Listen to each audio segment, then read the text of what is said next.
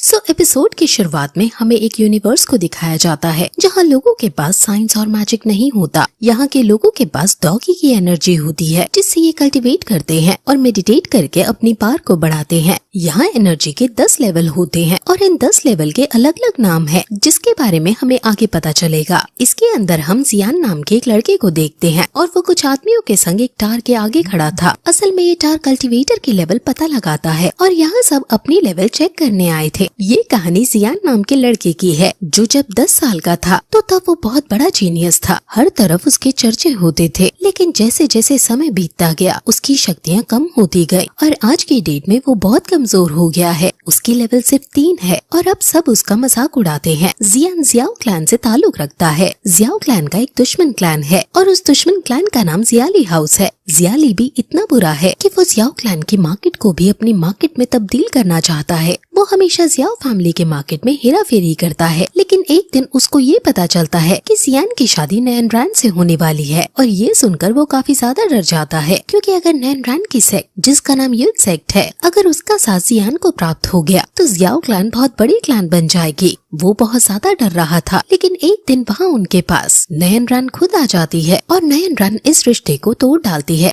ये सुनकर जियाओ हान बहुत ज्यादा घबरा जाता है और वो उसे इसका रीजन पूछता है, जिस पर नैन रैन कहती है कि जियान एक लूजर है। वो एक समय पर बेशक एक महान योद्धा था, लेकिन अब क्योंकि वो एक लूजर है इसलिए वो उससे शादी नहीं करेगी। अब ये जियाओ क्लैन की बहुत बड़ी बेइज्जती थी और जियान को ये सब सुनकर बहुत ज्यादा गुस्सा आ गया था, इसलिए वो नैन रैन को भी बुरा भला बोलने लगता है। और अब उन दोनों की बहस के बाद उनमें एक डील होती है। जियान कहता है कि 3 साल बाद मैं तुम्हें अपनी शक्तियों का परिचय दूंगा। 3 साल बाद अब इनकी फाइट होगी और अगर इस फाइट में जियान जीत जाता है तो नैन रैन जियान की हर बात मानेगी। ये एग्रीमेंट दोनों एक्सेप्ट कर लेते हैं और नैन रैन अब अपने यून सेक्ट में वापस चली जाती है। वहीं अब जियान जिसने ये असंभव सी डील कर ली थी, सब उसका मजाक उड़ाने लगते हैं और उसे और ज्यादा परेशान करने लगते हैं, क्योंकि जियान बहुत ज्यादा कमजोर था और सभी को पता था कि जियान नैन रैन जैसी जीनियस लड़की को नहीं हरा सकता है। जियान के साथ उसकी एक सौतेली बहन रहा करती थी और इस बहन का नाम जी जूनियर था। वो हमेशा जियान की तरफदारी करती आई थी और वो मन ही मन जियान को पसंद करने लगी थी। फिर ऐसे ही जब एक दिन जियान बहुत ज्यादा दुखी था तो वो जंगल की तरफ अपनी मॉम की कब्र के पास जाता है और वहाँ जाकर रोने लगता है और सोचने लगता है कि अब वो भला कैसे 3 ईयर एग्रीमेंट को पूरा करेगा। अब वो रो ही रहा था कि तभी एक आदमी वहाँ प्रकट हो जाता है और वो आदमी जियान के टीचर बनने की बात कहता है। वो दोनों कई और बातें करते हैं और अब यहाँ से जियान को पता चलता है कि ये आदमी बहुत सालों से उसके अंगूठी के अंदर रह रहा था। इनका नाम याओ लाओ है और ये एक स्पिरिट है।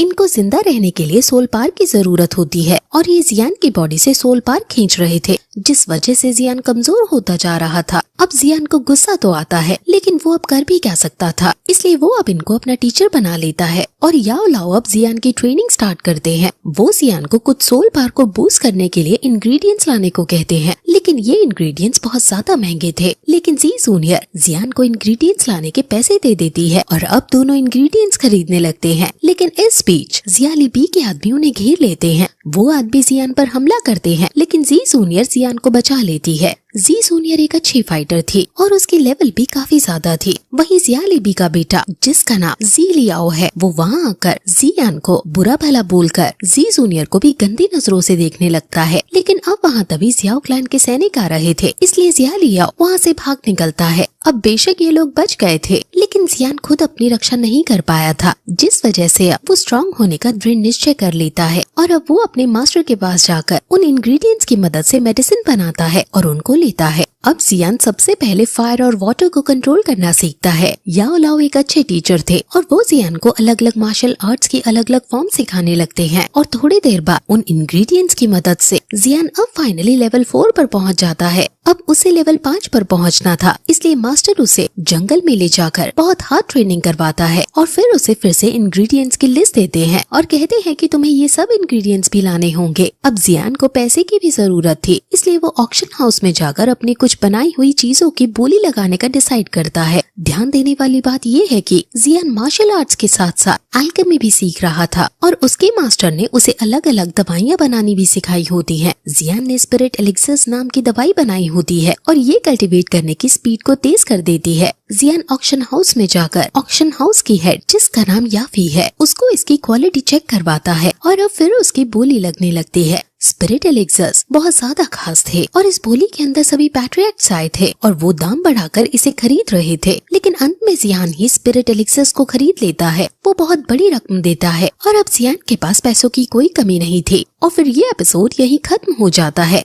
लास्ट एपिसोड में हमने देखा कि कैसे पैसों की कमी को पूरा करने के लिए जियान ने स्क्रिप्ट ऑफ एलेक्सर बनाकर ऑक्शन में बेच दी, जिसके बाद उस ऑक्शन यानी बोली में उसी के पापा ने वो दवाई खरीद ली। अब इस एपिसोड में हमें दिखाते हैं कि जियान के पास पैसों की कमी पूरी हो गई है, लेकिन उसके पापा से उसके भाई यानी जियान के चाचा इतनी महंगी डील करने पर लड़ रहे थे, लेकिन जियान उन सबको उल्टा यह कहकर फटकार देता है कि वो अपने बेटे की लेवल बढ़ाने के लिए कुछ भी करेगा और ऐसा करने के लिए वो अपनी संपत्ति को बेच देगा। अब उनकी ये सब बातें जियान भी सुन लेता है, जिसके बाद वो अपने पापा से मिलता है तो इमोशनल होकर उन्हें गले लगाकर बहुत रोता है और कहता है कि मैं जल्दी से जल्दी अपने लेवल्स बढ़ाकर 3 साल बाद होने वाले मैच को जरूर जीतूंगा। अब जियान बहुत खुश होता है, जिसके बाद वो अपने बेटे को स्पिरिट ऑफ एलेक्सर देता है। अब जियान आज रात को ही लेवल बढ़ाने का डिसाइड करता है, लेकिन उसका मास्टर उसे जल्दबाजी ना करने की कहता है, क्योंकि जल्दबाजी से उसकी हेल्थ पर बुरा असर पड़ सकता था। वो फिर अपनी ट्रेनिंग पूरी जी जान से करने लगता है और वैक्यूम पाम और फायर ब्लोइंग टेक्निक की बहुत प्रैक्टिस करता है और इससे उसके मास्टर भी उसकी प्रोग्रेस को देखकर काफी इम्प्रेस होते हैं, क्योंकि वो उनकी आशा से भी ज्यादा आगे निकल रहा था, यानी बहुत ज्यादा अच्छा परफॉर्म कर रहा था। अब जियान का मन लेवल 7 पर पहुंचने का था, लेकिन मास्टर कहते हैं कि वहां तक पहुंचने में तुम्हें 1 साल का समय लगेगा, लेकिन जियान को 2 महीने के अंदर लेवल 7 तक पहुंचना था, क्योंकि 2 महीने बाद उसके शहर में कमिंग ऑफ एज सेरेमनी है, जिसके अंदर उसे अपनी कैपेबिलिटीज दिखानी है। वही हमें नायान को दिखाते हैं, जो अभी भी एक पर्वत पर बैठकर मेडिटेट कर रही थी और 3 साल बाद होने वाले मैच के बारे में सोच रही थी। वहीं फिर जियान को प्रैक्टिस करते हुए 1 महीना बीत जाता है, जिसके बाद उसकी बहन उससे सुबह सुबह बुलाने आती है, जिसके बाद वो दोनों उस टावर के पास जाते हैं जहाँ सब अपना लेवल चेक करते थे। पहले जी जूनियर अपना लेवल चेक करती है, जिसमें उसका लेवल 9 था, लेकिन जब जियान अपना लेवल चेक करने जाता है तो हमेशा की तरह सब उसका काफी मजाक उड़ाते हैं, लेकिन फिर जियान लेवल चेक करने जाता है, जिसके अंदर वो अपना लेवल 7 पाता है। असल में इस 1 महीने में उसने अपने मास्टर की मदद से नॉर्मल से काफी ज्यादा हार्ड ट्रेनिंग की थी और पानी को भी अपनी प्रोड्यूस की हुई फ्लेम से उड़ाने की ताकत प्राप्त कर ली थी, जिसकी वजह से उसका लेवल 7 पर पहुंच गया था। अब जियान वैक्यूम पाम और फायर प्रोड्यूस करने में एक्सपर्ट हो चुका था। अब ये देखकर सब काफी शौक होते हैं और उसकी तारीफ करने लगते हैं। वहाँ एक लड़की जिसका नाम जीमाई है, वो भी अब जियान के साथ मिलकर प्रैक्टिस करना चाहती थी, जिसके बारे में वो जियान से पूछती भी है, लेकिन जी जूनियर उसे साफ मना कर देती है। अब जियान के पापा यानी जिहान की भी काफी तारीफ होने लगती है। वहीं दूसरी तरफ ये खबर जियाली भी हाउस के हेड तक पहुंचती है, जहां वो काफी ज्यादा उफान जाता है, लेकिन फिर उसका बेटा उसको इविल स्माइल देता हुआ एक प्लान बताता है कि 1 महीने बाद कमिंग ऑफ एज सेरेमनी जाएंगे और उसके अंदर में उसकी कमजोरी का पता लगा लेंगे और उसको आसानी से हराने में सक्षम हो जाएंगे। वहीं फिर 1 महीने बाद अब सेरेमनी स्टार्ट होती है, जिसके अंदर जियान को रिंग के अंदर बुलाया जाता है और अनाउंसमेंट की जाती है कि कोई भी जिसका लेवल 9 या 9 से नीचे हो वो जियान को चुनौती दे सकता है, जिस पर अब जीनिंग उसके सामने आता है और उससे लड़ने लगता है। जीनिंग वही है जो हमेशा से जियान को परेशान करता था और जिसके पिछले एपिसोड में जी जूनियर से ट्रेनिंग फाइट भी हो रही थी। अब उन दोनों में लड़ाई शुरू होती है, जिसमें पहले जियान दोगले ही करता है, लेकिन फिर अब उस पर अटैक करना शुरू करता है, जिसके बाद वो फायर ब्लोइंग टेक्निक का यूज कर उस पर एक ही अटैक करता है और उसी से जीनिंग हार जाता है। अब जीनिंग को बहुत गुस्सा आता है, क्योंकि लेवल 8 होने के बावजूद वो लेवल 7 वाले से हार गया था, लेकिन अब इस मैच में जियान ने क्योंकि अपनी फुल स्ट्रेंथ का प्रदर्शन दिया था और स्पिरिट ऑफ एलेक्सर भी अब अपना असर दिखाना शुरू कर गई थी, इसीलिए अब उसका लेवल वही 7 से 8 पर पहुंच जाता है, यानी वो अब लेवल 8 का योद्धा बन जाता है। जिसके बाद जीनिंग गुस्से में आप पीछे से उस पर वार करने आता है, लेकिन जियान इस बार फायर ब्लोइंग और वैक्यूम पंप दोनों का एक साथ यूज करते हुए उसे बहुत दूर फेंक देता है, जिससे वो बहुत घायल हो जाता है। वहीं जिया लीबी भी मौजूद था, जहाँ वो अब अपने इविल प्लान को अंजाम देता है और उसे चुपके से एक हाईली कल्टिवेटेड मेडिसिन दे देता है, जिससे वो इंस्टेंट बहुत ज्यादा शक्तिशाली बन जाता है, यानी उसकी स्ट्रेंथ काफी ज्यादा बढ़ जाती है। सभी लोग उसको देख समझ जाते हैं कि इसने ऐसी दवाई खाई है जो उनके शहर में बैन है।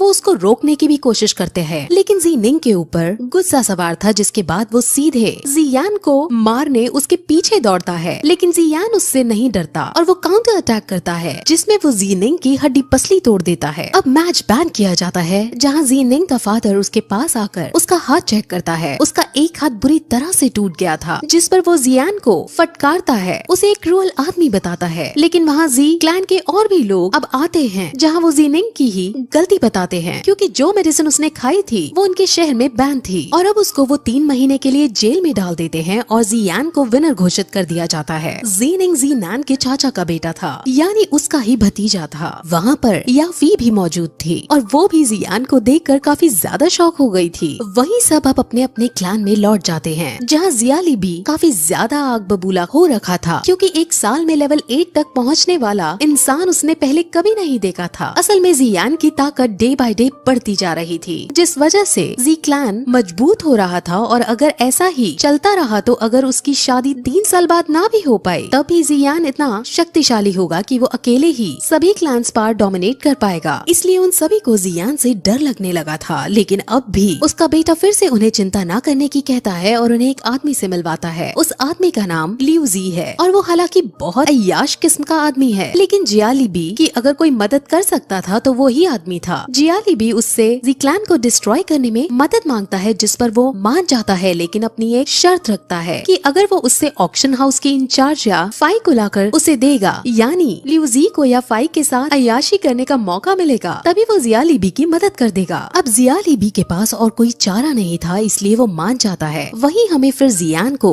दिखाते हैं, जो बाजार में घूमते हुए अपनी बहन के साथ कई तरह की और टेक्निक पर डिस्कस कर रहा था। लेकिन वहाँ वो अपने आसपास ये नोटिस करते हैं कि आज की मार्केट अलग है। वहाँ जब वो इसका पता लगाने की कोशिश करते हैं तो उन्हें पता चलता है कि जियाली बी हाउस ने मार्केट को खरीद कर उनका दाम सस्ता कर दिया है, जिसकी वजह से जी क्लैन की मार्केट पूरी तरह से बंद होने के कागार पर आ गई है। जिस पर अब जियान इसका कोई ना कोई सोल्यूशन निकालने का डिसाइड करता है और ऑक्शन हाउस में जाकर याफी से मिलता है, जहाँ वो उसे एक मेडिसिन फॉर्मूला देता है। वो मेडिसिन फॉर्मूला ब्लीडिंग वुंड्स को क्लॉट करने का था। असल में जिस चीज से जियाली बी ने मार्केट को अपने अंडर कर लिया था वो एक रेजिनुएशन पाउडर था, जिसका दाम बहुत सस्ता और असर बहुत तगड़ा वाला था। इसके लिए जियान भेस बदलकर रीजेनुएशन पाउडर से भी अच्छी मेडिसिन का फॉर्मूला ऑक्शन हाउस में लेकर लाया था, ताकि वो यहाँ इसको बनाने के इंग्रेडिएंट्स हासिल कर सके और जी क्लैन फिर से अपनी मार्केट हासिल कर सके। अब याफी उसको इस मेडिसिन को बनाने के लिए इंग्रेडिएंट्स देने से मना कर देता है, क्योंकि वो जियाली बी के साथ किसी तरह का पंगा नहीं लेना चाहती थी। वो बात कर ही रही होती है कि अचानक वहाँ बहुत सारे सैनिक आकर उन पर हमला करने लगते हैं, लेकिन जियान उन सबको अपने एक ही हाथ से वैक्यूम पंप टेक्निक का यूज करते हुए सबको मारकर सबको हरा देता है। अब याफी एक सैनिक से पूछती है कि तुम्हें किसने और क्यों भेजा है, जिस पर सैनिक बता देता है कि उसको लियू जी ने तुमको किडनैप करने के लिए भेजा है, ताकि वो तुम्हारे साथ अय्याशी कर सके। अब ये सुन याफी को काफी गुस्सा आता है और वो सैनिक को चांटे मार मार कर भगा देती है और जियान का धन्यवाद करती है। वो उससे काफी ज्यादा इम्प्रेस हो जाती है, जिसके बाद वो उससे सारे इंग्रेडिएंट्स दे देती है,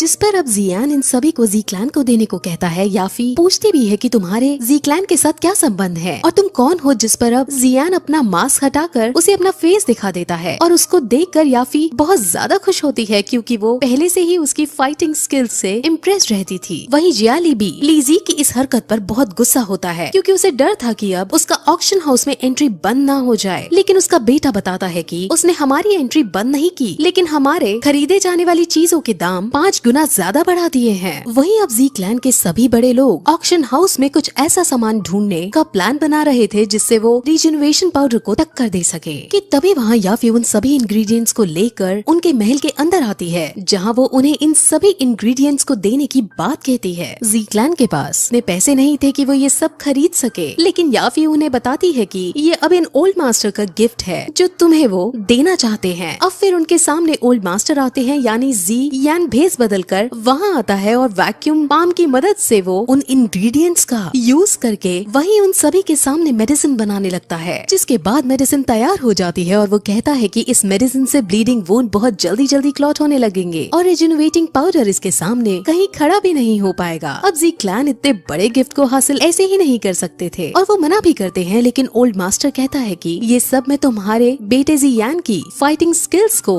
देखकर यानी उससे इम्प्रेस होकर दे रहा हूँ। और ये सब कहकर याफी और ओल्ड मास्टर दोनों वहाँ से चले जाते हैं। याफी रास्ते में उसे समझाती भी है कि जियालीबी से तुम्हें थोड़ा बचकर रहना पड़ेगा, लेकिन जियालीबी से कोई डर नहीं था। और फिर ये एपिसोड यही खत्म हो जाता है।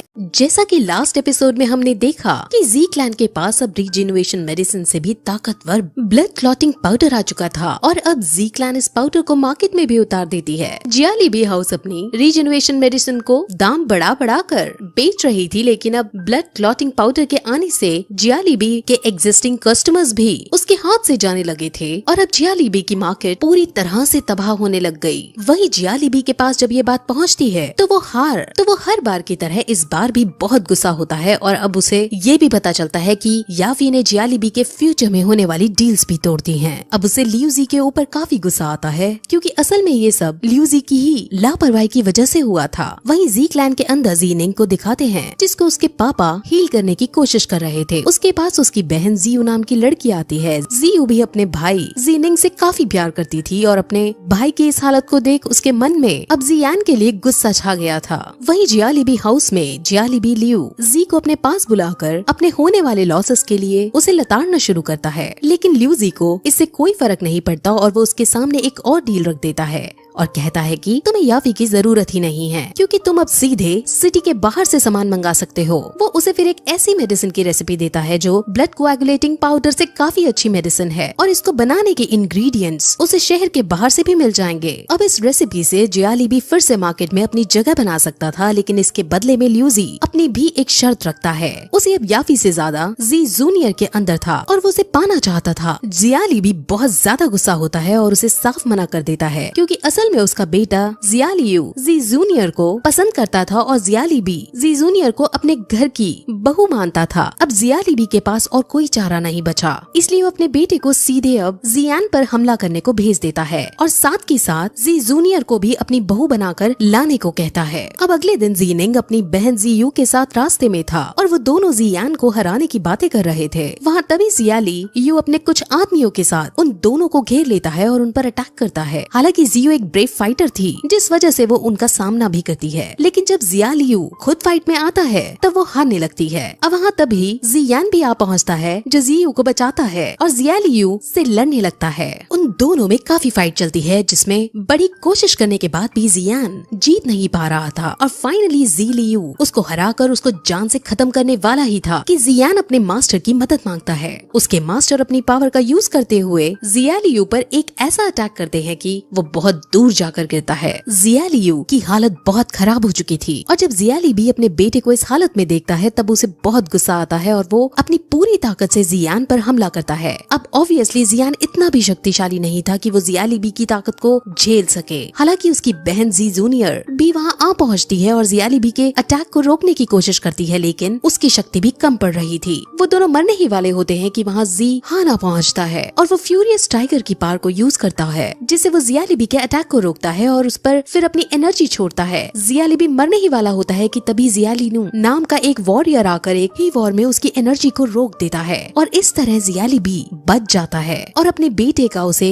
जल्द से जल्द इलाज कराना था, इसलिए वो तुरंत अपने आदमियों को लेकर वहाँ से चला जाता है। असल में जियालीनू जियाली हाउस का सेकंड एल्डर सन है और वो उनके परिवर्तन का सबसे ताकतवर योद्धा है। जी क्लैन को भी अब जियाली हाउस की ताकत का अच्छे से पता चल गया था और अब उन्हें ये भी पता चलता है कि जियाली हाउस लियूजी की मदद से हमारी मेडिसिन से भी ज्यादा शक्तिशाली मेडिसिन बना रहे हैं। उस मेडिसिन का नाम हुईतियानगाओ है। अब जी जूनियर लियूजी के बारे में सुन उसको जान से मारने का डिसाइड करती है क्योंकि वो उनके परिवार के लिए बड़ी मुसीबत हो सकता था। वही जियाली भी अब टेंशन में आ रहा था, लेकिन उसका बेटा उसके पास आकर फिर कहता है कि अब आज की फाइट के बाद जियान और ज्यादा शक्तिशाली हो गया था, जिस वजह से अब हमें भी मजबूत होने के लिए लियूजी की मदद लेनी ही पड़ेगी। यानी अब जियालियू जीतने के लिए अपने होने वाली वाइफ जी जूनियर को सैक्रिफाइस करने के लिए रेडी हो गया था। जिया लिबी को ये सुनकर दुख होता है, लेकिन वो भी अब कुछ नहीं कर सकता था। वहीं अब जियान भी लिू जी से होने वाले खतरे के बारे में जान जाता है, इसलिए वो भी उसके घर उसे जान से मारने के लिए जाता है। लेकिन जब वो वहाँ पहुँचता है तो वहाँ जी जूनियर को देखता है, जिसने अभी अभी सीक्रेट टेक्निक का यूज करते हुए लिू जी को मार डाला था। सीक्रेट टेक्निक बहुत खतरनाक टेक्निक थी, जिससे अब जी जूनियर पूरी तरह से पावर ड्रेन होकर थक जाती है और बहुत वीक भी हो जाती है। जियान अपनी बहन की इतनी इंटेंस पावर को देखते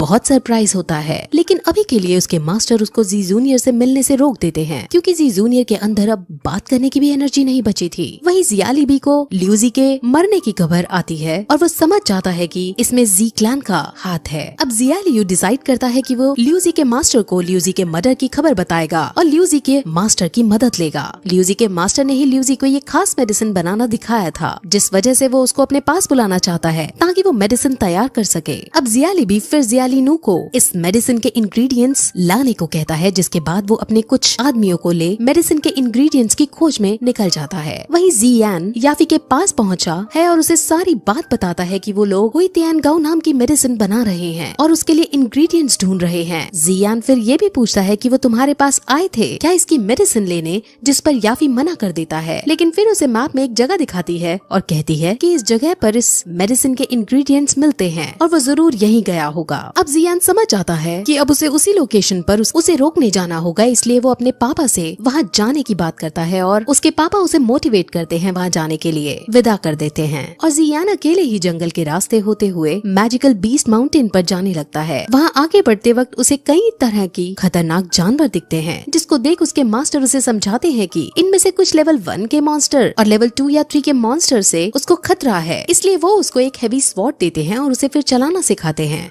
शुरू के कुछ दिनों तक तो वो स्वॉर्ड को उठा भी नहीं पाता, लेकिन जैसे जैसे दिन बीतते जाते हैं वो स्वॉर्ड चलाने में एक्सपर्ट हो जाता है। फिर एक दिन प्रैक्टिस करते हुए उसे एक लड़की की चीख सुनाई देती है। उस लड़की का एप्स पीछा कर रहे थे और एप्स लड़कियों का शिकार बनाकर उनका रेप किया करते थे। उसके मास्टर तुरंत उसे उस लड़की को बचाने के कहते हैं और वो लड़की को बचाने जाता है। वो सभी एप्स को अपनी फाइटिंग से मार लड़की को बचा लेता है। उसे पता चलता है कि लड़की का नाम जियान है और वो एक मेडिकल एक्सपर्ट है। वो अपने ग्रुप के साथ हर्ब्स ढूंढने आई थी, लेकिन यहाँ वो सबसे बिछुड़ गई थी, क्योंकि वो एक मेडिकल एक्सपर्ट है जो यहाँ हर्ब्स ढूंढ रही थी। इसीलिए जियान उससे जिया लिबी के मेंबर्स के बारे में पूछता है कि क्या तुमने यहाँ देखा है, जिस पर वो हाँ कर देती है और कहती है कि वो जब भी उनके बारे में बताएगी जब वो उससे अपने ग्रुप के पास वापस छोड़ आएगा। जियान मान जाता है और वो दोनों उसके ग्रुप को ढूंढने लगते हैं। वहाँ उन्हें फिर से किसी आदमी के चिल्लाने की आवाज आती है और वो दोनों वहाँ जाकर देखते हैं कि वो उसी लड़की का ग्रुप था। वहाँ पर भी अब कुछ मॉन्स्टर्स ने अटैक कर दिया था। जियान उनकी मदद करने जाता है और मॉन्स्टर्स से लड़ता है। वो दोनों मॉन्स्टर्स को मार डालता है और बाकी फिर खुद वहाँ से भाग जाते हैं। उसे अपने मास्टर से पता चलता है कि इन मॉन्स्टर्स के अंदर एक कोर होता है जिसकी बाजार में बड़ी कीमत होती है। वो तुरंत उस मॉन्स्टर की खोपड़ी चीर कर वो कोर निकाल देता है।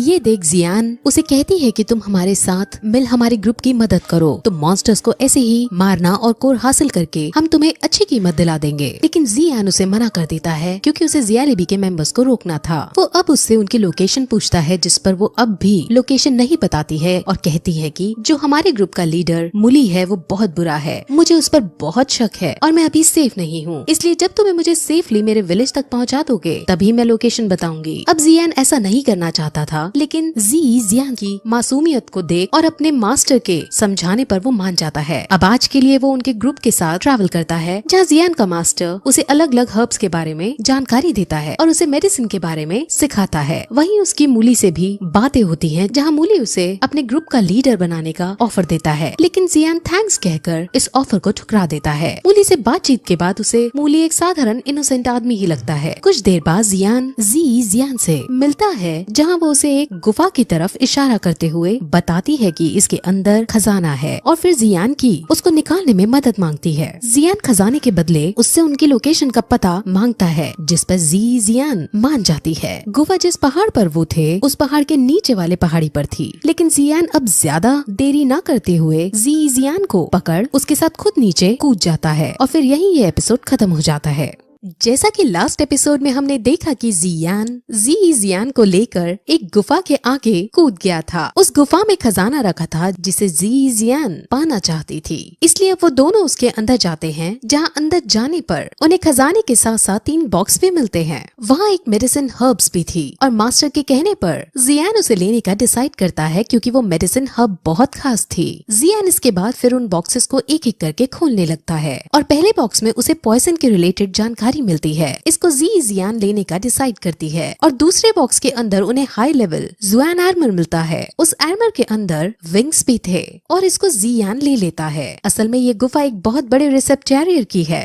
रिसेप्टेरियर आप अभी के लिए ये समझ लो कि जैसे एल्केमिस्ट यानी केमिकल मेडिसिन की नॉलेज है। वो 3rd बॉक्स फिर चाबी से खोलने ही वाले होते हैं कि तभी वहाँ मूली अपने आदमी सहायता कर उन पर हमला कर देता है। यानी मूली सच में एक बहुत बुरा आदमी था और जियान समझ जाता है कि ये मुझको अपना लीडर इसलिए बनाना चाहता था ताकि मेरी एबिलिटीज का यूज करके ये ऐसे और खजाने ढूंढ सके। वही मूली और उसके आदमी उस पर हमला करते हैं और उस पर भारी पड़ने लगते हैं। उनमें काफी लंबी फाइट होती है जिसमें जियान हार जाता है और मूली जियान को मारने ही वाला होता है कि तभी जियान एक सिग्नल देकर अपने पक्षी को वहाँ बुला लेती है, जिसके बाद दोनों उसके ऊपर बैठ वहाँ से दूर चले जाते हैं और दोनों बच जाते हैं। जियान की हिम्मत को देखकर काफी इम्प्रेस हो गई थी। वो उसको एक लेटर और एक मैप देकर अपने गांव वापस चली जाती है। उस लेटर के अंदर जियालिनू के आदमियों के बारे में लिखा था कि वो इस वक्त कहाँ हो सकते हैं और मैप के अंदर उसकी लोकेशन भी मार्क थी। यानी जियान सच में एक अच्छी लड़की थी और उसने अपना वायदा निभाया था। अब जियान फिर मेडिटेट करता है और उसने जो हर्ब्स केव से इकट्ठे किए थे उनकी दवाई बनाकर खाता है,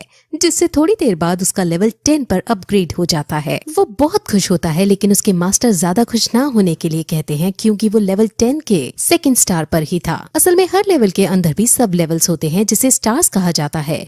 10th लेवल को ये लोग दाउजे नाम से पुकारते हैं। असल में जो उसकी मूली से फाइट हुई थी उसके अंदर उसकी स्ट्रेंथ अपग्रेड हुई थी। अब उसका मास्टर उसे एक नई स्किल के बारे में बताता है। स्किल का नाम फेंजियो है और इसके अंदर अलग अलग फायर्स प्रोड्यूस कर सकते हैं। मेनली इसमें से व्हाइट फायर को प्रोड्यूस करके हम उसे अपने तरीके से यूज करते हैं। ये स्किल बहुत शक्तिशाली थी और अब इसको जियान सीखना शुरू कर देता है। वहीं हमें जियालिनू के साथ उसके आदमी दिखाते हैं जो मेडिसिन लेकर अब वापस अपने शहर आ रहे थे। वहीं जियान जो अपनी प्रैक्टिस कर रहा था उससे उसके पास जियालिनू के होने का पता चलता है और अब उसका मास्टर उन्हें रोकने को कहता है। जियान सीधे वहाँ जाकर पहले तो एक एक करके उसके आदमियों को मारता है और फिर जियालिनू से लड़ाई शुरू करता है।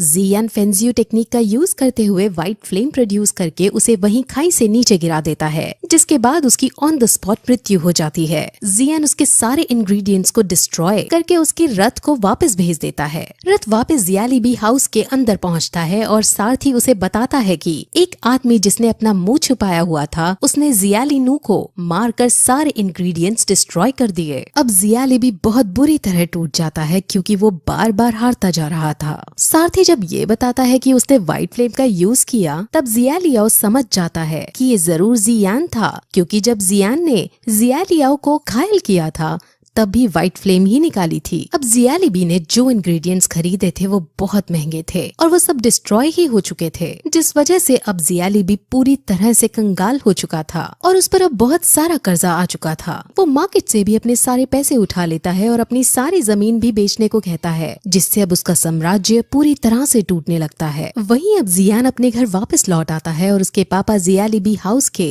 कंगाल होने पर काफी खुश होते हैं। अब जियान उनसे एक बात कहता है कि अब उसे शहर के बाहर जाना होगा क्योंकि उसे जो टीचर मिला है यानी उसके मास्टर हैं वो अब आगे की ट्रेनिंग शहर से बाहर कराएंगे। उसके पिता उसे आज्ञा दे देते हैं क्योंकि जी क्लान का फ्यूचर अब जियान पर ही टिका था और वो जियान की प्रिपरेशन में कहीं भी कमी नहीं रखना चाहते थे। वहीं अब जी जूनियर जियान के पास आती है और उसे जियान एकेडमी के बारे में बताती है। जियान एकेडमी उनकी कॉन्टिनेंट की सबसे बड़ी एकेडमी थी जिसमें वॉरियर्स नई स्किल सीखा करते थे। फिर रात को जियान फेंजियो की मदद से मेडिसिन बनाने की भी प्रैक्टिस करता है, जहां उसकी इस एबिलिटी को देखकर उसके मास्टर समझ जाते हैं कि एक अच्छा रिसेप्टेरियर भी बन सकता है। अब अगले दिन जियान और बाकी सब बच्चे जियान एकेडमी के अंदर जाते हैं और वो सब उसमें एडमिशन लेने की बात करते हैं। वहाँ एडमिशन लेने के लिए उन सबको एक क्रिस्टल पर हाथ रखकर अपनी स्ट्रेंथ का प्रदर्शन देना था। जिसकी स्ट्रेंथ हाई होती थी उसके छूने पर वो क्रिस्टल ग्लो करने लगता था। अब बारी बारी सब क्रिस्टल पर टच करते हैं और सभी का ग्लो करता है,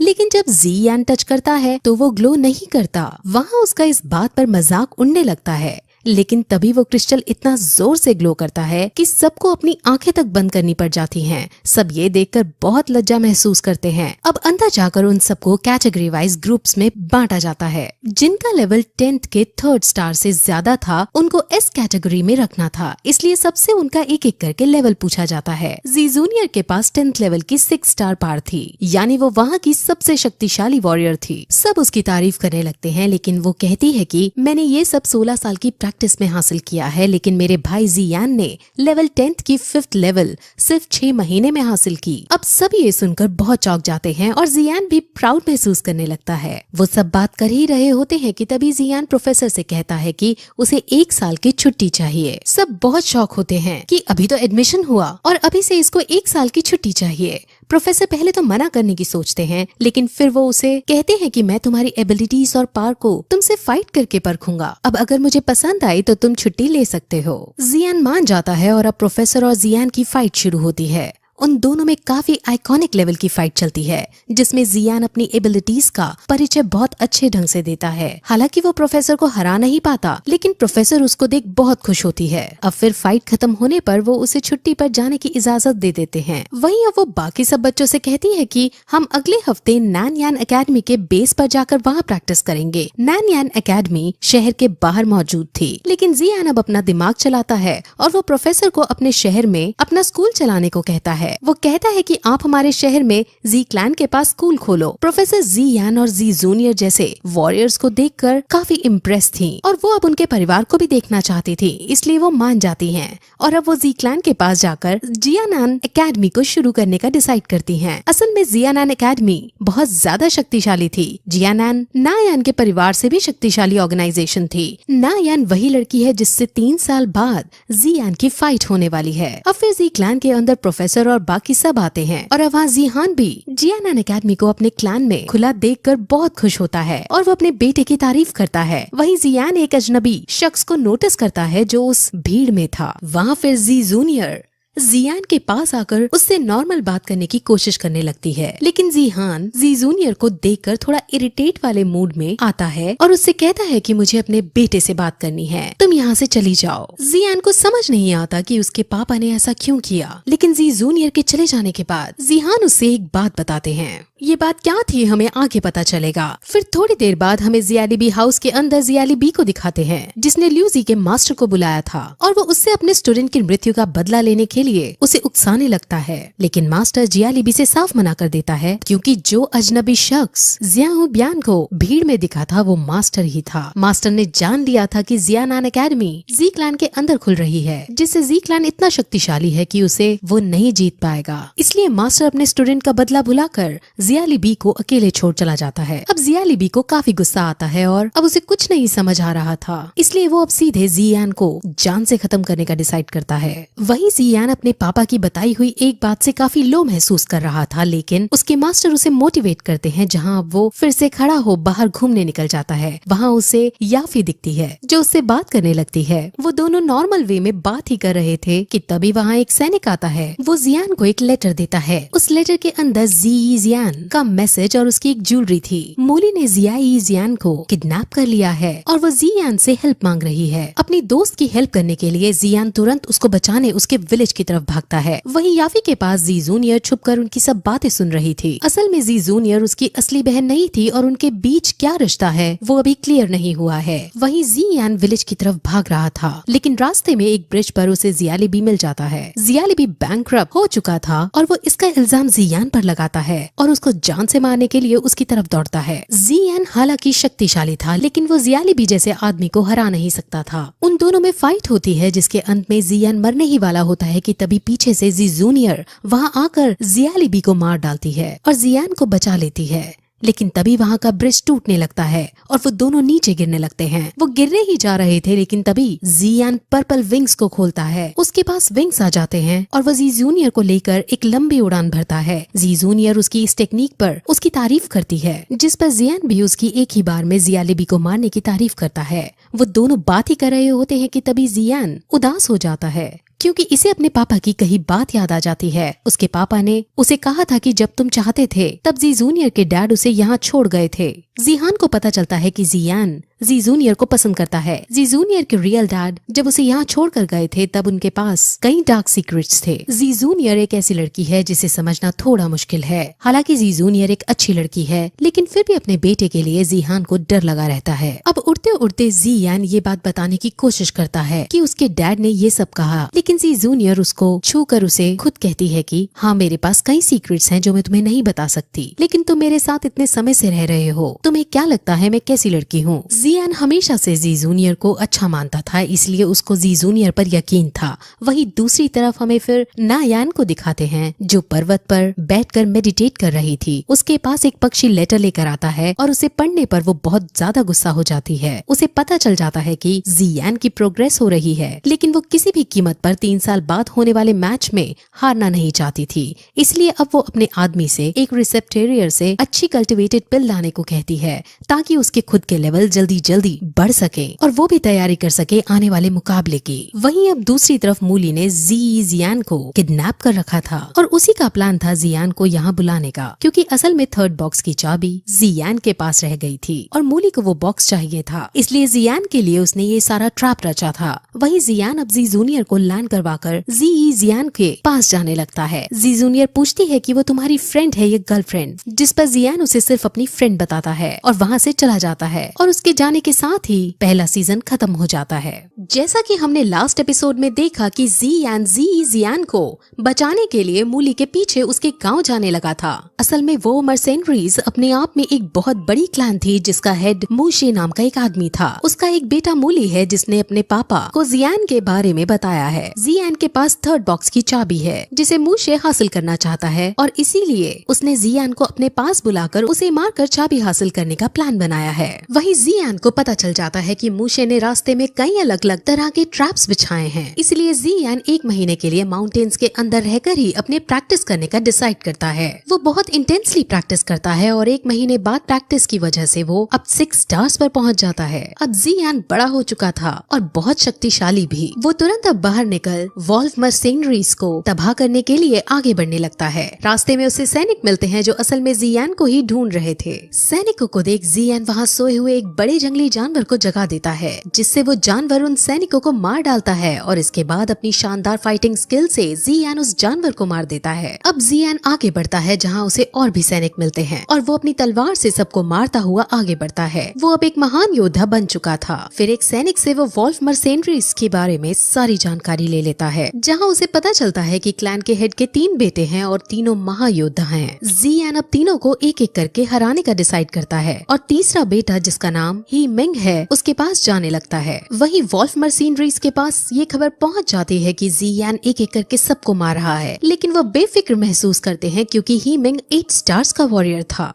उन्हें लगता है कि वो जियान को आसानी से मार देगा। वहीं ही मिंग को दिखाते हैं जो अपनी अयाशियों में मग्न हो रखा था, लेकिन तभी जियान उसके सामने आता है और वो उसको लड़ाई के लिए चुनौती देता है, जिसके बाद दोनों में अब बहुत इंटेंस फाइट होने लगती है। पहले तो जियान भारी पड़ रहा था, लेकिन फिर ही मिंग भी अपनी स्किल्स का यूज करता है और उसे पीटने लगता है। जियान जब हारने लगता है और जब उसकी मृत्यु होने ही वाली होती है, तभी हमें एक कमेंट्री सुनाई जाती है जिसमें हमें बताया जाता है कि फाइट के अंदर कौन सा वॉरियर जीतेगा ये डिसाइड सिर्फ उसकी लेवल से नहीं होता और ना ही स्ट्रेंथ से होता है। हालांकि हीमिंग की लेवल और स्ट्रेंथ ज्यादा थी, लेकिन जियान ने अपने मास्टर से बहुत सारे स्किल्स और बहुत इंटेंस ट्रेनिंग की थी, जिस वजह से वो दोबारा खड़ा होता है और सभी स्किल्स को कैलकुलेटिव मैनर में यूज करते हुए अब हीमिंग को मार डालता है। अब मूशे हीमिंग की डेथ सुनकर बहुत तिलमिला जाता है और वो सभी वॉरियर्स को जो 5 स्टार से ऊपर के हैं उन्हें जियान को पकड़ने के लिए भेज देता है। वहीं हमें जियान को दिखाते हैं जो लॉर्ड याओ के मेडिसिन हाउस के अंदर रह रही है। उसको भी ये खबर पहुंच जाती है कि जियान यहाँ तक आ चुका है और उसने हीमिंग को मार दिया है। जियान बहुत खुश होती है। वहीं लॉर्ड याओ अब उससे मिलने आते हैं और उससे जियान के बारे में पूछते हैं, जिस पर वो सिर्फ ये कहती है कि जंगल के अंदर उसने मेरी जान बचाई थी और खजाना ढूंढने में भी मदद की थी।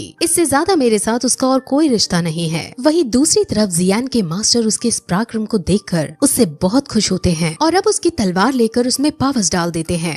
अब जियान की तलवार के अंदर ये शक्ति भी आ गई थी कि इससे एक पहाड़ी को भी बीच में से तोड़ा जा सकता था। जियान इतनी ज्यादा शक्ति को पाकर बहुत खुश होता है, लेकिन उसके मास्टर कहते हैं कि इस पावर को वो एक दिन में सिर्फ एक ही बार यूज कर सकता है, और अगर जियान ने इसको एक से ज्यादा बार यूज करने की कोशिश भी की तो वो बहुत ज्यादा घायल हो जाएगा। वहीं अब शाम को जियान मेडिटेट कर रहा होता है, जहाँ अब उसके सामने मूली आ जाता है। वो अपनी पूरी सेना के साथ आया था और सबके सब एक साथ उस पर तीर चलाते हैं। जियान तलवार से सबके तीरों को काटता हुआ आगे बढ़ता है और फिर उनसे दूर भागने लगता है, लेकिन आगे जाने पर वहाँ एक खाई नजर आती है। दैट मीन्स जियान अब और आगे नहीं जा सकता था। अब मूली के साथ साथ वहाँ मूशे भी आ जाता है और अब जियान मूशे के सामने उसे चिढ़ा कर उस थर्ड बॉक्स की चाबी को डिस्ट्रॉय कर देता है। मूशे बहुत ज्यादा गुस्से में आ जाता है। अब मूशे जियान से लड़ने लगता है। मूशे क्लैन का सबसे बड़ा और सबसे खतरनाक योद्धा था, जिसे जियान जीत नहीं पा रहा था और वो बुरी तरह हार रहा था। जियान अब मरने की कगार पर आ गया था, लेकिन तभी उसे मास्टर्स की वो पावर का ध्यान आता है जो उसने स्वॉर्ड में डाली थी। वो तुरंत उस पावर का यूज करता है, लेकिन इस पावर से भी मूशे स्ट्रगल करने के बाद बच जाता है। अब जियान पूरी तरह से एग्जॉस्ट हो गया था, जिस वजह से वो वहीं खाई में लुढ़क जाता है और बाकी सब उसे मरा हुआ समझ बहुत खुश होते हैं। वहीं गिरते गिरते उसे पर्पल विंग्स बचा लेते हैं और जब उसकी आंख खुलती है तो वो अपने मास्टर को अपने पास देखता है। उसका कवच उतरा हुआ था और उसके पास रखा हुआ था। वो मास्टर से पूछता है कि कल रात क्या हुआ था, जिस पर वो बताते हैं कि यूजी ने तुम्हारी मदद की,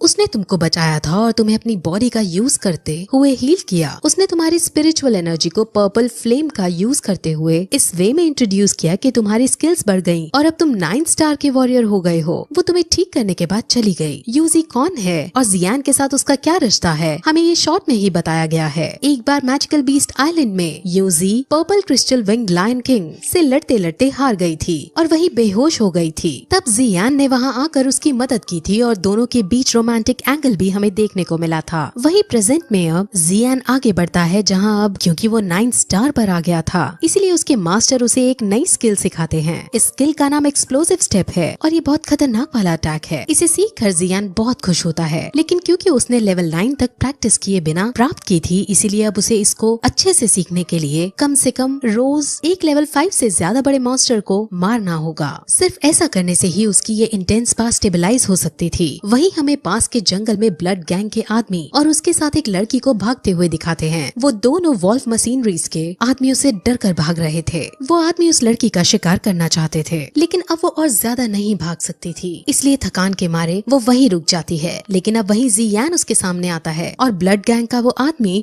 उसे खतरा जान उसे यहाँ से जाने के लिए कहता है, लेकिन जियान उनकी मदद करना चाहता था। अब वहाँ वॉल्फ मशीनरीज के आदमी भी हैं और उनमें उनको लीड करता हुआ गैनमू भी वहाँ आता है। जियान एक्सप्लोसिव स्टेप का यूज करते हुए उन सब से लड़ने लगता है और बड़ी आसानी से उन सबको मारकर गैनमू के पास जाता है। वो उसको मारने ही वाला होता है कि तभी गैनमू कहता है कि मैं जियान की कंडीशन के बारे में जानता हूँ। अब जियान रुक जाता है, जिस पर गैनमू कहता है कि जियान इस वक्त लॉर्ड याओ के घर में है। असल में मूशे ने ये खबर फैला दी है कि जियान पॉइजनस एक्सपर्ट है और उसके पास पॉइजनस बुक ऑफ 7 कलर्स है, जिसे सब हासिल करना चाहते हैं। यानी अब सब जियान के पीछे पड़ने वाले हैं और उसकी जान को खतरा है। जियान ये सब सोच ही रहा होता है कि तभी गैनमू को वहाँ से उठने का मौका मिल जाता है और वो तुरंत लिंगर को पकड़ने उसके पीछे दौड़ता है। जियान अब इस बार रहम ना करते हुए अपनी तलवार से गैनमू को मार डालता है और अब वो जियान के पास जाने का डिसाइड करता है। वहीं जियान रात में ट्रैवल करते हुए जियान के पास पहुँच जाता है। जियान उसको देखकर बहुत खुश होती है। जियान उसको अपने साथ भगा कर ले जाना चाहता था, लेकिन अगर वो ऐसा करता तो मूशे विलेजर्स को तंग करने लगता है और मुझे यहाँ आने के लिए ब्लैकमेल करने लगता, इसलिए वो ऐसा नहीं करती। उन दोनों के बीच में हमें थोड़ा रोमांटिक एंगल भी दिखाते हैं। जियान को चाय पिलाती है, जिसके बाद जब वो बातें करने ही वाले होते हैं कि तभी वहाँ लॉर्ड याओ आ जाते हैं और वो पहचान जाते हैं कि ये जियान है। असल में लॉर्ड याओ अच्छा आदमी नहीं था और वो पॉइजनस बुक ऑफ 7 कलर्स प्राप्त करना चाहता था। वही लॉर्ड याओ के साथ उसके आदमी भी थे, जिनमें से एक मूशे का गुप्तचर था।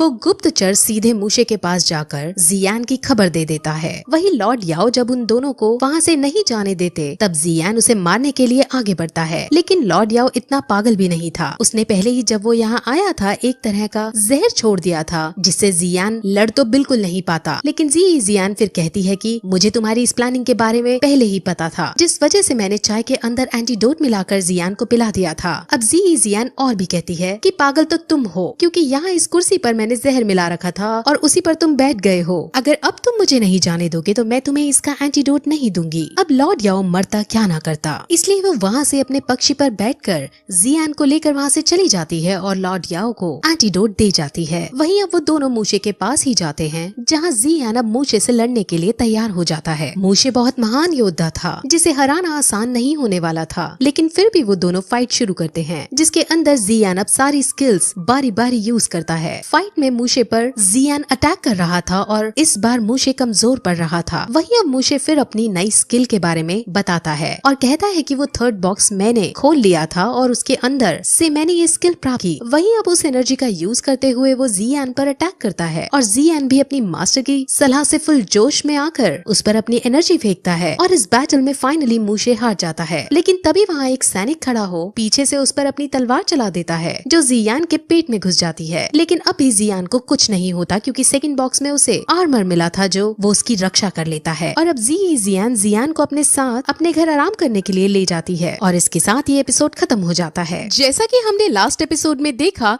कि जियान ने मूशे को मार दिया है और अब इससे वॉल्फ मशीनरीज पूरी तरह से खत्म हो गया है। जियान के साथ उसके पक्षी पर बैठकर एक बहुत सुंदर से आइलैंड पर पहुंच जाता है, जहां एक सुंदर सा घर है और बहुत सारे अलग अलग तरह के हर्ब्स हैं। इस जगह को वैली ऑफ मेडिसिन्स कहते हैं। असल में जियान एक पॉइजनस एक्सपर्ट थी, इसीलिए वो इस जगह पर हर्ब्स कलेक्ट करने आती रहती थी। अब वो दोनों कुछ टाइम यहीं रुकने का डिसाइड करते हैं, क्योंकि जियान को कुछ मेडिसिन्स कलेक्ट करनी थी और जियान को यहाँ पर अपनी प्रैक्टिस करनी थी। वो दोनों अब अपना अपना काम करते हैं और ऐसा करते वक्त वो दोनों एक दूसरे के करीब भी आते हैं। असल में जियान को पसंद करती थी, लेकिन जियान समझ नहीं पा रहा है और वो अभी भी जियान को एक दोस्त की तरह ही ट्रीट कर रहा है। जियान अब जियान का बना हुआ खाना खाता है और उसे काफी पसंद आता है और उसकी तारीफ भी करता है। लेकिन तभी जियान को थोड़ा चक्कर आता है। जियान उससे उसकी हालत के बारे में पूछता है, जिस पर वो अपने को ठीक बताती है। वो उसको डांस भी करके दिखाती है और कहती है, देखो बिल्कुल सही हूँ मैं। जियान को उसका डांस बहुत पसंद आ रहा होता है, लेकिन तभी उसके मास्टर उसको याद दिलाते हैं कि उसको एक मॉन्स्टर मारना है और वो तुरंत जंगल की ओर निकल जाता है।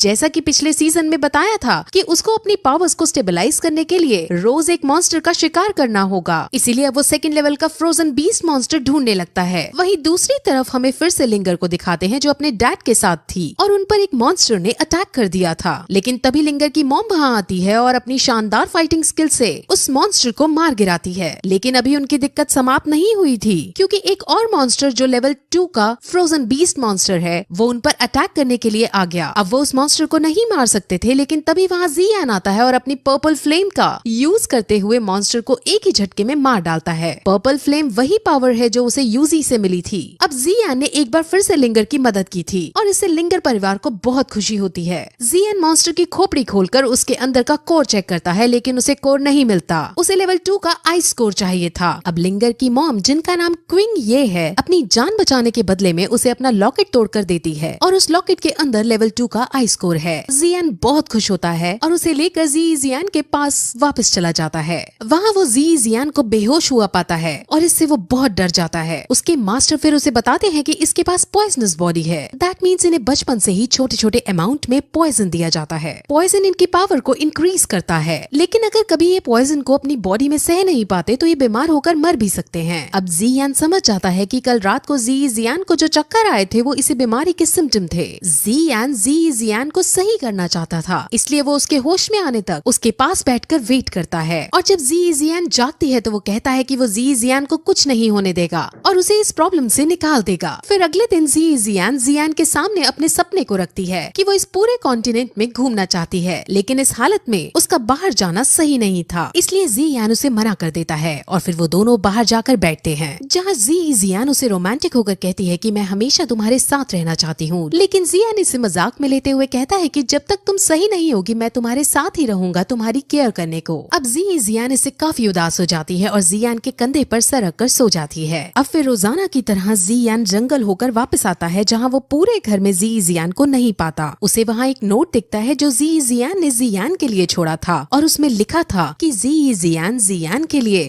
उसके गोल में अड़चन नहीं बनना चाहती। वो नहीं चाहती कि जियान की ही केयर करता रहे और अपनी प्रैक्टिस और अपने सफर को बीच में ही छोड़ दे। इसलिए जियान अब खुद जियान से दूर चली गई और वो उस लेटर में अपने प्यार का इजहार भी कर देती है और जियान अब ये सब पढ़कर उदास हो जाता है। लेकिन वो डिसाइड करता है कि जब भी अगली बार उसकी मुलाकात ये जियान से होगी तो वो उसका इलाज जरूर करेगा। अब अगले एपिसोड की शुरुआत में हमें जियान को ही दिखाते हैं जो जियान के जाने के बाद और अच्छे से मोटिवेट होकर प्रैक्टिस करता है और इससे वो दोषी 1 स्टार पर पहुंच जाता है, यानी अपग्रेड हो जाता है। उसके पास पर्पल फ्लेम तो थी ही, लेकिन अब उसे और भी डिफरेंट फायर कोर हासिल करनी थी, इसीलिए उसके लिए उसे टैगोर डेजर्ट के अंदर जाना है। लेकिन टैगोर डेजर्ट के अंदर जाने के लिए उसे एक खास तरह के उड़ने वाले जानवर की जरूरत है और उस जानवर का नाम हाउयी है। हाउयी ब्लैक रॉक सिटी के अंदर ही मिलते हैं, इसलिए अब वो ब्लैक रॉक सिटी के अंदर जाने का डिसाइड करता है। वहाँ उसके मास्टर उसे एल्केमिस्ट एसोसिएशन के अंदर जाने को कहते हैं, क्योंकि वहाँ से उसे कुछ ऐसा मटेरियल मिल सकते थे जो उसकी कॉव्युलेशन में बहुत मदद देने वाले हैं। असल में हमारा जियान अपने मास्टर के सिखाने से बहुत अच्छा एल्केमिस्ट बन चुका है, यानी उसे भी दवाई बनाने की टेक्निक्स आ गई हैं। वो सीधे अब एल्केमिस्ट एसोसिएशन के अंदर जाता है, जहाँ पर गार्ड्स उसे उसका इनविटेशन लेटर मांगते हैं, लेकिन उसके पास तो कोई इनविटेशन था ही नहीं। असल में एल्केमिस्ट एसोसिएशन के अंदर रैंक 1 एल्केमिस्ट बनने के एग्जाम चल रहा था।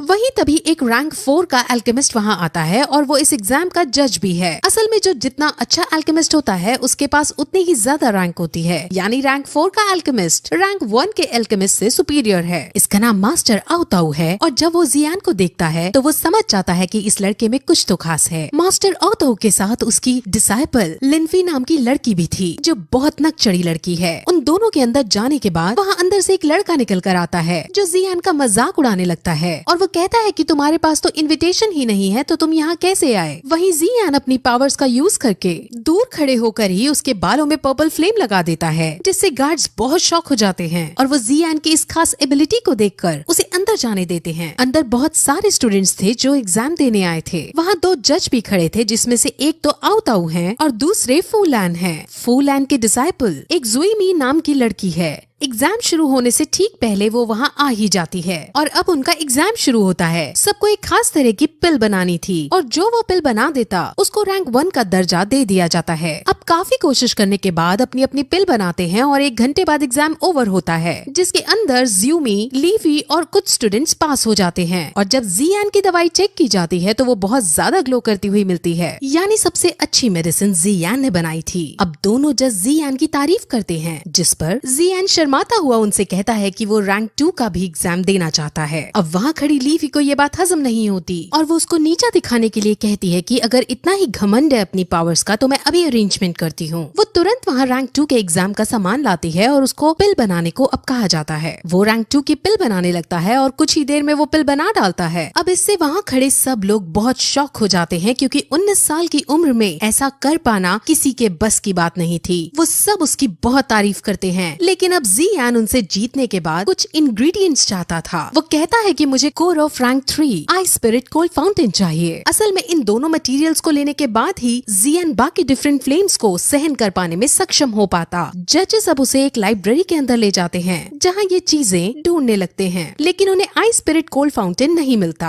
अब थोड़ी देर बाद मास्टर आओताऊ चुपके से जियान को अपने साथ एक जगह ले जाने लगते हैं। असल में शहर के अंदर एक बहुत बड़े ट्रेजर कलेक्टर के पास आई स्पिरिट कोल्ड फाउंटेन है और वहाँ जाकर वो उसके घर के अंदर जाते हैं। उसका घर एक भूल भुलैया की तरह था, जहाँ कदम कदम पर जाल बिछाए थे और वहाँ जादुई चीजें रखी थी। और अंदर कमरे में जाने पर उसे एक पतला सा अजीब आदमी दिखता है। उसका नाम गूते है और उसके पास कई तरह के कीमती खजाने रखे थे। वहाँ जियान उसको ट्रीट करने की कोशिश करता है और कहता है कि मैं आई स्पिरिट फाउंटेन के बदले तुम्हें बहुत कीमती चीज दूंगा। जिस पर वो पूछता है कि तुम क्या दे सकते हो, तो जियान पर्पल फ्लेम का एसेंस उसके सामने रखता है। पर्पल फ्लेम बहुत ज्यादा कीमती है और बहुत ज्यादा महंगी। अब जियान और गूते के बीच ट्रेड हो जाता है और गूते से उसे आई स्पिरिट कोल्ड फाउंटेन मिल जाता है। अब वो यहाँ से बाहर निकल जाता है और उसे एल्केमिस्ट एसोसिएशन से रैंक 3 की भी कोर मिल जाती है। वहाँ वो एक बुढ़े आदमी को नोटिस करता है जो एक लड़की के साथ अय्याशी करता हुआ आ रहा था और वो निर्दोष लोगों पर अत्याचार कर रहा था। उसके साथ उसका एक चेला भी था। जियान उसे रोकने की कोशिश भी करता है, लेकिन तभी वहाँ मास्टर आओताऊ आते हैं और उनके डिसाइपल लीफी भी आती है। लीफी जियान से इम्प्रेस हो गई थी और वो उसको गले भी लगाती है। वहाँ फूलैन अब जियान को को 6 महीने बाद होने वाले एल्केमिस्ट इवेंट का भी इनविटेशन देते हैं, जिसको जियान एक्सेप्ट कर लेता है। अब मास्टर आओ तो उसके लिए हाउ यी की एयर सर्विस का भी इंतजाम करता है और उसमें उसको बिठाकर विदा कर देता है। उस बोट में फूलैन और वो बुरा ओल्ड मैन भी है। अब जियान के पास वो सारे इंग्रेडिएंट्स थे जो उसे एक ऐसी दवाई बनाने के लिए चाहिए थे जो उसे बाकी फायर एसेंस स्वेलो करने में मदद कर सके। वो दवाई 4 रैंक की होगी और अब जियान अपने मास्टर से उसे बनाने के लिए कहता है। वो रैंक 4 की दवाई बहुत ज्यादा शक्तिशाली है और जियान के मास्टर उसको चेतावनी भी देते हैं कि इस रैंक 4 की दवाई को बनाते वक्त और बनाने के बाद हमें सावधान रहना होगा, क्योंकि ये दवाई कई लोगों का ध्यान अपनी तरफ खींचेगी। वही अब मास्टर उस दवाई को बनाने लगता है और उनको बनाते बनाते 2 दिन का समय लग जाता है और फाइनली दवाई बनकर रेडी हो जाती है। जब दवाई बनकर रेडी हो जाती है तो वहाँ आसपास पूरी बोट में एनर्जी वेव प्रोड्यूस होती है, जिससे सब समझ जाते हैं कि जियान अपने मास्टर के साथ कमरे के अंदर कुछ अलग तरह की खास दवाई बना रहा है। जियान के मास्टर उसे गेट पर रहकर पहरा देने को कहते हैं, क्योंकि दवाई में अभी कुछ फाइनल टचअप्स देने बाकी थे। कमरे के बाहर ओल्ड मैन कमरे के अंदर जाने लगता है और कहता है कि बोट के अंदर एक एनर्जी वेव आई है और बोट के अंदर सफर करने के दौरान हमारा ये जानना जरूरी है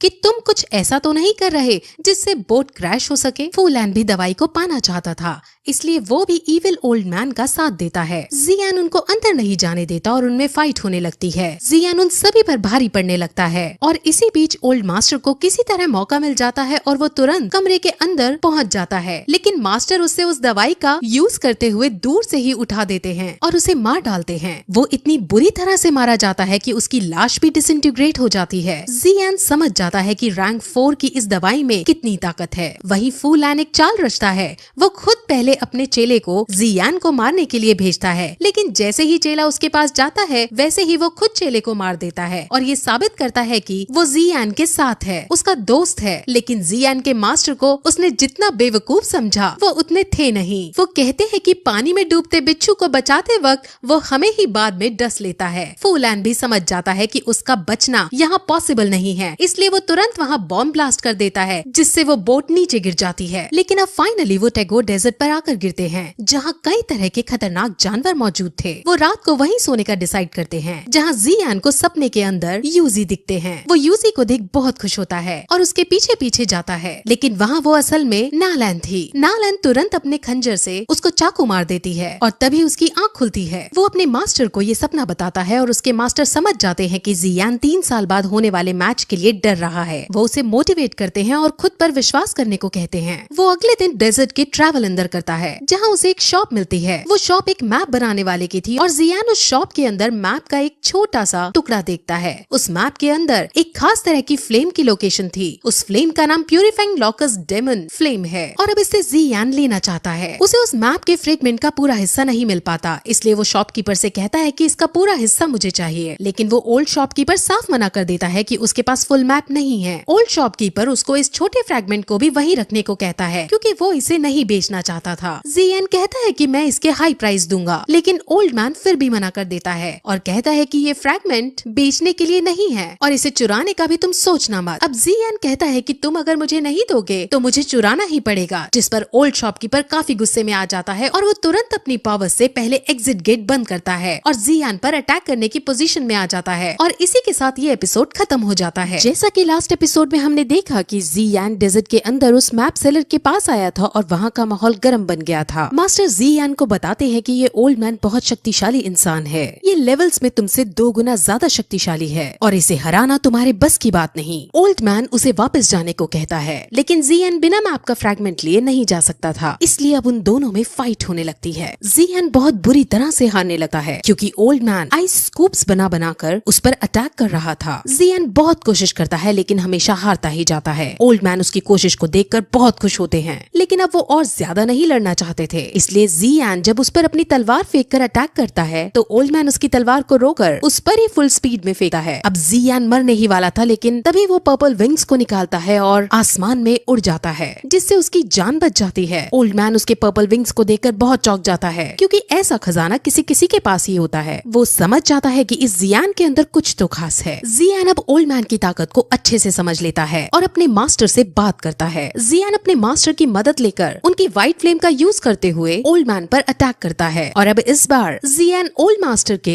डंडे को तोड़ देता है। ओल्ड मैन अब आइस टॉर्नेडो क्रिएट कर जियान को उसमें फंसाने की कोशिश करता है, लेकिन जियान और उसके मास्टर अपनी पावर्स का यूज करते हुए उस टॉर्नेडो के अंदर जाकर उसे खत्म कर देते हैं और ओल्ड मैन को ही व्हाइट फायर का यूज करते हुए आइस के अंदर जमा देते हैं। अब जमा हुआ ओल्ड मैन उसे कहता है कि मैंने वो मैप का टुकड़ा 2 हिस्सों में बांट दिया था और अब वो दूसरा हिस्सा भी मेरे पास है। अब जियान को दूसरा हिस्सा लेने के लिए उन्हें आजाद करना पड़ता है, जिस पर अब ओल्ड मैन उसे अपना रियल इंट्रोडक्शन देते हैं। ओल्ड मैन का नाम ही बोतोंग है और ही पूरी दुनिया में फेमस आइस एम्परर है। जियान ये सुनकर बहुत सरप्राइज होता है क्योंकि उसके सामने ये जो बुढ़ा आदमी खड़ा है वो आइस एम्परर है और जियान ने अभी एक आइस एम्परर को हराया है। असल में कुछ समय पहले आइस एम्परर एक स्नेक मैन के ब्लड वाली लड़की से मिला। उस लड़की का नाम क्वीन मेडुसा है। क्वीन मेडुसा डॉहोंग्स लेवल के आखिरी चरण पर है, जिस वजह से ओल्ड मैन और उसकी फाइट जब हुई तब ओल्ड मैन तुरंत हार गया और तभी से ओल्ड मैन को एक श्राप मिल गया, जिस वजह से ओल्ड मैन की ताकत पर रिस्ट्रिक्शंस लग गए और उसकी ताकत कम हो गई। ओल्ड मैन अब ये चाहता है कि जियान उसके श्राप को तोड़ने में मदद करे और अगर जियान ऐसा नहीं करेगा तो आइस एम्परर उसे वो सेकंड फ्रैगमेंट नहीं देगा। वो जियान को मनाने के लिए उसे एक रैंक 6 की पिल भी देने को राजी हो जाता है। असल में वो जियान से ही कर्ज को तुड़वाने की रैंक 6 की पिल बनाने को कहता है और उसी से इसके इंग्रेडिएंट्स लाने को कहता है। जियान पहले तो उसकी इस बात से मना कर देता है, लेकिन उसके मास्टर उसे समझाते हैं कि तुम्हें इसकी बात मान जानी चाहिए क्योंकि जो पिल तुम हासिल करोगे उससे तुम्हारी बहुत प्रगति होगी। वो फिर उसे वो जगह बताता है जहाँ रैंक 6 की पिल बनाने के इंग्रेडिएंट्स उसे मिल सकते हैं। उसे एग्जैक्ट जगह तो नहीं पता, लेकिन प्रोबेबिलिटी है कि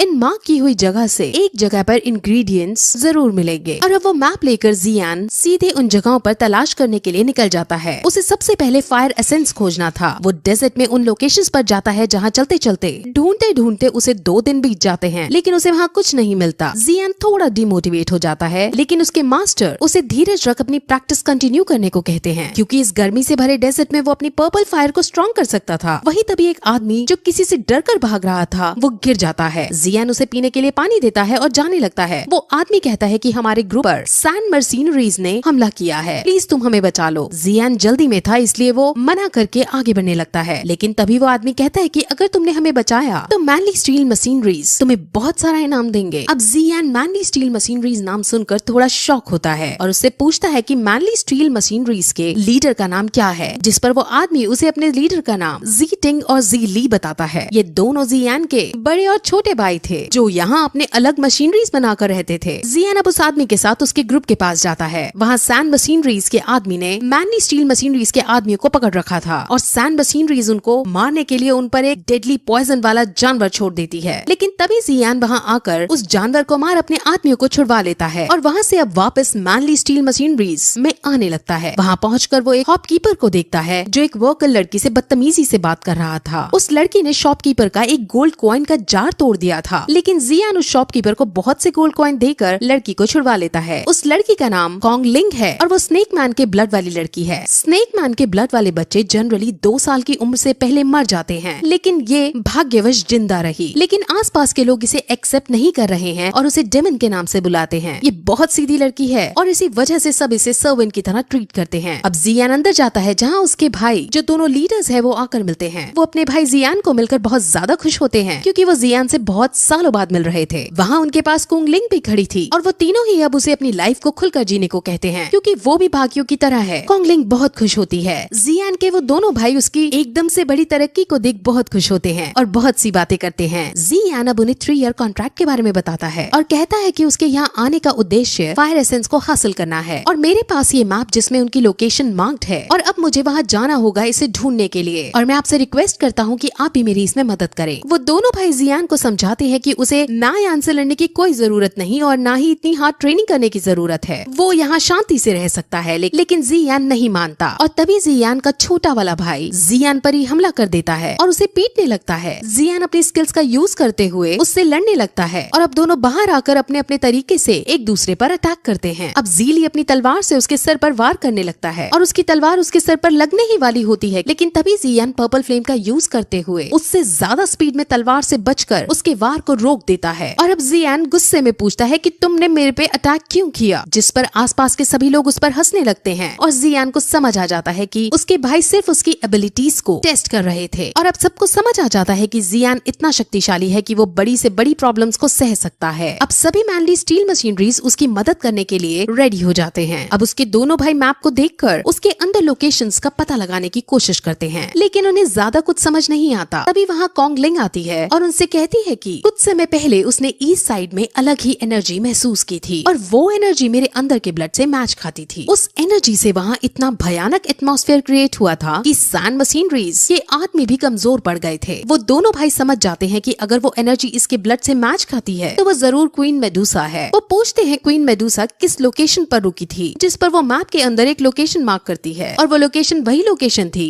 जो आइस एम्परर ने मार्क की थी। इसलिए अब वो सारी सेना वहीं जाने का डिसाइड करती है। वहीं अब सैंड मशीनरीज के आदमी अपने बॉस को जियान के बारे में बताते हैं कि कैसे उसने उनकी मदद की और इसलिए अब उनका बॉस मैनली स्टील मशीनरीज पर खुद अटैक करने का डिसाइड करता है। वहीं मैनली स्टील मशीनरीज के साथ जियान उस लोकेशन पर जा रहा होता है जहां उसके आदमी उसे ये बताते हैं कि हैम्पर सैंड मशीनरीज का हमला हो सकता है। सैंड मशीनरीज बहुत ताकतवर मशीनरीज हैं जिससे हमें बचकर रहना होगा। अब वो उस लोकेशन पर पहुंच जाते हैं, लेकिन वहाँ दूर दूर तक सिर्फ बंजर जमीन थी। जियान समझ जाता है कि फायर एसेंस तक पहुंचने का रास्ता कहीं छुपा हुआ है, इसलिए अब सभी लोग उस रास्ते को ढूंढने लगते हैं। वही लंबे टाइम तक ढूंढने के बाद शाम को उन्हें जमीन के नीचे एक गुप्त रास्ता मिल जाता है। वहाँ वो सभी बहुत खुश होते हैं, लेकिन तभी वहाँ सैंड मशीनरीज भी आ पहुँचते हैं। सैंड मशीनरीज को देखकर ज़ीली को बहुत गुस्सा आता है और वो तुरंत अपनी तेज स्पीड का परिचय देते हुए सैंड मशीनरीज के बॉस के पास पहुंचकर उस पर अटैक करने लगता है। लेकिन सैंड मशीनरीज का बहुत ज्यादा शक्तिशाली था और वो उसके अटैक से बचते हुए ज़ीली को दूर फेंक डालता है। अब जियान को बहुत गुस्सा आता है और वो अपनी तलवार को उठा सीधे सैंड मशीनरीज के उस आदमी के पास जाता है जो बॉस के कान भरा करता था। वो उस आदमी के पास पलक झपकते ही पहुंच जाता है और उस आदमी को टच करते हुए उसके प्राण निकल जाते हैं। अब सैंड मशीनरीज समझ जाते हैं कि जियान बहुत शक्तिशाली योद्धा है और इससे पंगे लेने का मतलब है अपनी मौत को बुलावा देना। इसलिए वो जियान से डरकर अपने पैर पीछे कर लेता है। जियान और उसके लोग अब उस गुप्त रास्ते से नीचे चले जाते हैं। वहाँ अंदर लावा था और उसके दूसरी तरफ लैंड थी। उन्हें समझ नहीं आता कि वो लावा को पार करके आगे कैसे बढ़े, लेकिन तभी जियान उसके अंदर कूद जाता है। सब काफी डर जाते हैं, लेकिन जियान एकदम अपनी पर्पल विंग्स का यूज करते हुए उड़ जाता है और दूसरी तरफ जाने लगता है। उसके दोनों भाई अपने भाई की इस एबिलिटी को देखकर बहुत सरप्राइज होते हैं। वहाँ उड़ते वक्त जियान के पीछे एक लावा मॉन्स्टर पड़ जाता है और जियान एक्सप्लोसिव स्टेप्स का यूज करते हुए उससे बचने की कोशिश करता है। वो मॉन्स्टर पर काउंटर अटैक करता है और मॉन्स्टर समझ जाता है कि वो जियान से नहीं जीत पाएगा, इसलिए मॉन्स्टर अब तुरंत जियान के भाइयों को मारने उनकी तरफ बढ़ता है। मॉन्स्टर उसके भाइयों की तरफ पहुंचता है, लेकिन तभी क्विंगली सामने आती है और उसके अंदर से कुछ एनर्जी निकलती है जो सीधे मॉन्स्टर को लगती है और मॉन्स्टर के माथे पर एक साइन बन जाता है और मॉन्स्टर चुपचाप लावा के अंदर वापस चला जाता है। जियान भी वापस आता है और ये सब देखकर बहुत शॉक होता है। क्विंगली फिर कहती है कि फायर एसेंस ढूंढने में वो उनकी मदद करेगी। वो फिर खड़ी होकर उन दोनों लावा मॉन्स्टर को बाहर बुलाती है। वो लावा मॉन्स्टर अब उस पर अटैक नहीं करते और यहाँ से उन सबको भी अब पता चल जाता है कि इस लड़की के पास 2 पेटल स्नेक्स की प्यूपल हैं। ये सिर्फ स्नेक्समैन्स और ह्यूमंस के वंशज के पास ही हो सकते हैं। क्विंगली ने इसका ही यूज करते हुए उनकी कॉन्शियसनेस अपने अंदर कनेक्ट कर ली है, जिससे वो उसकी बात मानने लगे हैं। क्विंगली अब उन मॉन्स्टर से बात करके पता लगा लेती है कि फायर एसेंस लावा के अंदर मौजूद है। अब जियान और ज्यादा देर ना करते हुए लावा के अंदर कूद जाता है और उसके मास्टर अपनी स्किल्स का यूज करते हुए उसके आसपास चिलिंग बोन फ्लेम बना देते हैं। उसके मास्टर अपनी स्पिरिचुअल फॉर्म में उसके साथ थे, जिस वजह से सिर्फ 1 घंटे तक ही चिलिंग बोन फ्लेम बना सकते थे। इसलिए जियान को अब जल्दी जल्दी लावा के अंदर से होते हुए फ्लेम एसेंस तक पहुंचना होगा। वहाँ अब उन्हें ट्रैवल करते हुए आधा घंटा बीत जाता है और जियान हिम्मत हारने लगता है और ऊपर वापस जाने लगता है, लेकिन वो दोनों लावा मॉन्स्टर उसे पकड़ आगे धकेल देते हैं और वो सीधे ब्लू लोटस जियोसेंट्रिक फ्लेम के पास आकर गिरता है। उस ब्लू लोटस जियोसेंट्रिक फ्लेम के अंदर ही फायर एसेंस बनता है और अब वो उन्हें मिल गया था, इसलिए वो तुरंत वहाँ जाते हैं। लेकिन वहाँ सेंटर में जाने के बाद उन्हें वहाँ कुछ नहीं मिलता। जियान बहुत शॉक होता है और कुछ समझ नहीं पाता कि आखिर फायर एसेंस गया तो गया कहाँ। जियान बहुत ज्यादा टूट जाता है क्योंकि फायर एसेंस को पाने के लिए उसने अभी तक बहुत कुछ सहा था। वो बहुत जोर जोर से दुखी होकर चिल्लाने लगता है क्योंकि अब उसे ऊपर खाली हाथ वापस जाना था। लेकिन उसके मास्टर उसे प्यार से समझाते हैं कि इस दुनिया के अंदर और भी बहुत लोग हैं